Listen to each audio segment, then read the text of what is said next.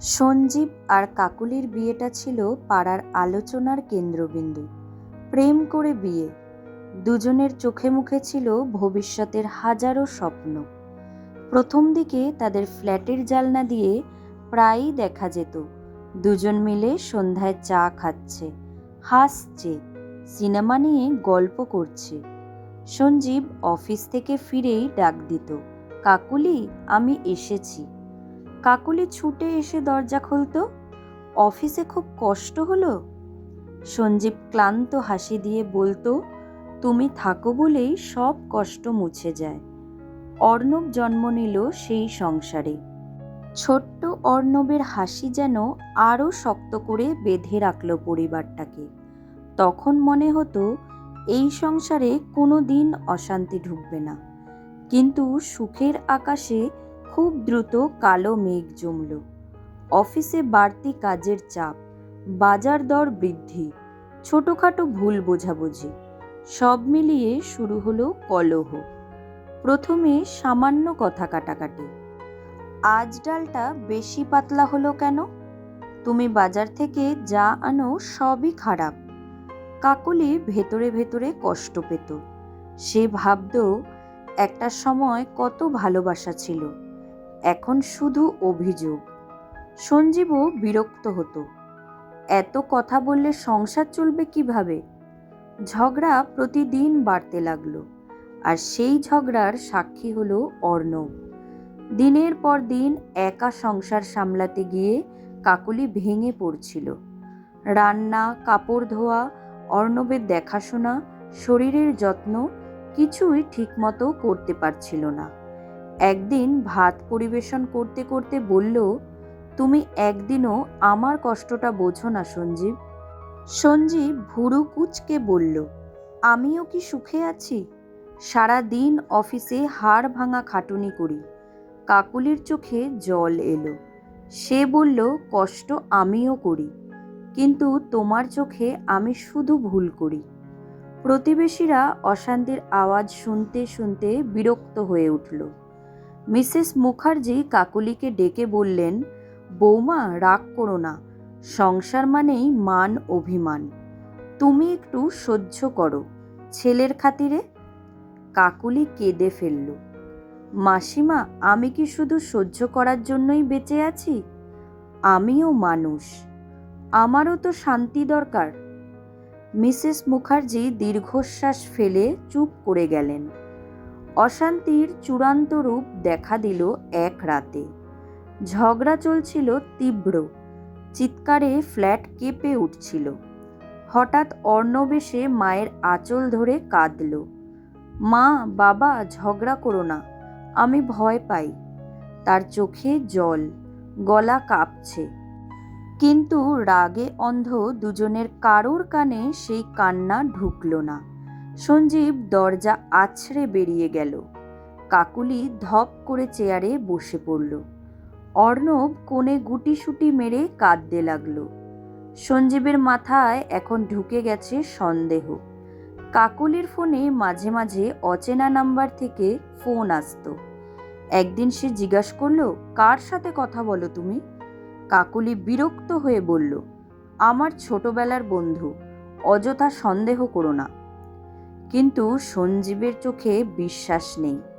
সে গর্জে উঠল, আমাকে বোকা ভেবো না, তুমি নিশ্চয়ই অন্য কারোর সাথে মিশছ। কাকুলির গলা কেঁপে উঠল, তুমি যদি আমাকে বিশ্বাস না করো তাহলে বেঁচে থাকার মানে কি?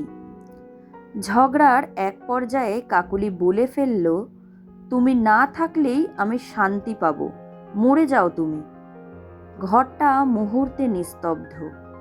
সঞ্জীব স্তব্ধ দৃষ্টিতে তাকিয়ে রইল কাকুলির দিকে। চোখে জল, ঠোঁট কাঁপছে, কিন্তু কিচ্ছু বলল না। সে নিঃশব্দে ঘরে ঢুকে দরজা বন্ধ করে দিল। কাকুলির মনেও অনুশোচনা এলো, কিন্তু অহংকার তাকে ক্ষমা চাইতে দিল না। পাশের ফ্ল্যাটে ফিসফাস শুরু হলো, ওদের সংসার আর টিকবে না, বউ নিশ্চয়ই অন্য কারোর সঙ্গে যুক্ত, ডিভোর্স হবে একদিন। এই গুঞ্জন সঞ্জীবের কানেও পৌঁছালো। সে আরও ভেঙে পড়ল। মনে হলো পৃথিবীর চোখেও সে হেরে গেছে। সেই রাতে আবার শুরু হলো ঝগড়া। কাকুলি চেঁচিয়ে উঠল, তুমি আমার জীবনের বোঝা, তুমি না থাকলেই আমি বাঁচব। অর্ণব কোণে দাঁড়িয়ে কাঁপছিল। সঞ্জীবের চোখ থেকে জল গড়িয়ে পড়ছিল।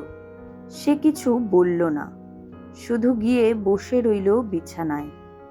কাকুলি রাগে আর ঘরে গেল না। পরদিন সকালে দরজা খুলতেই দেখা গেল বিছানায় সঞ্জীবের নিথর দেহ পড়ে আছে। মেঝেতে পড়ে আছে খালি ঘুমের ওষুধের বোতল। কাকুলি ছুটে গিয়ে চিৎকার করল, না, এটা কি হলো? ওঠো সঞ্জীব, ওঠো। অর্ণব ভয়ে মায়ের আঁচল আঁকড়ে ধরল। প্রতিবেশীরা ছুটে এলো। পুলিশকে খবর দেওয়া হলো। পুলিশ এলো। তারা প্রথমেই কাকুলিকে প্রশ্ন করল, তুমি কি স্বামীকে কিছু খাইয়ে খুন করেছ? কাকুলি কাঁদতে কাঁদতে বলল, না দাদা, আমি কিছু করিনি, আমি ঘুমাচ্ছিলাম।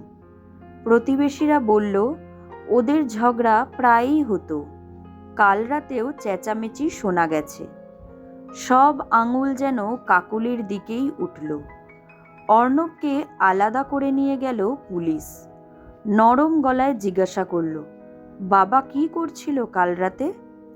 অর্ণব কেঁপে কেঁপে বলল, বাবা কাঁদছিল, তারপর কিছু খেলো আর শুয়ে পড়ল। আমি ভয় পেয়েছিলাম। পুলিশ একে অপরের দিকে তাকালো। মনে হলো সত্যিটা অন্য কোথাও।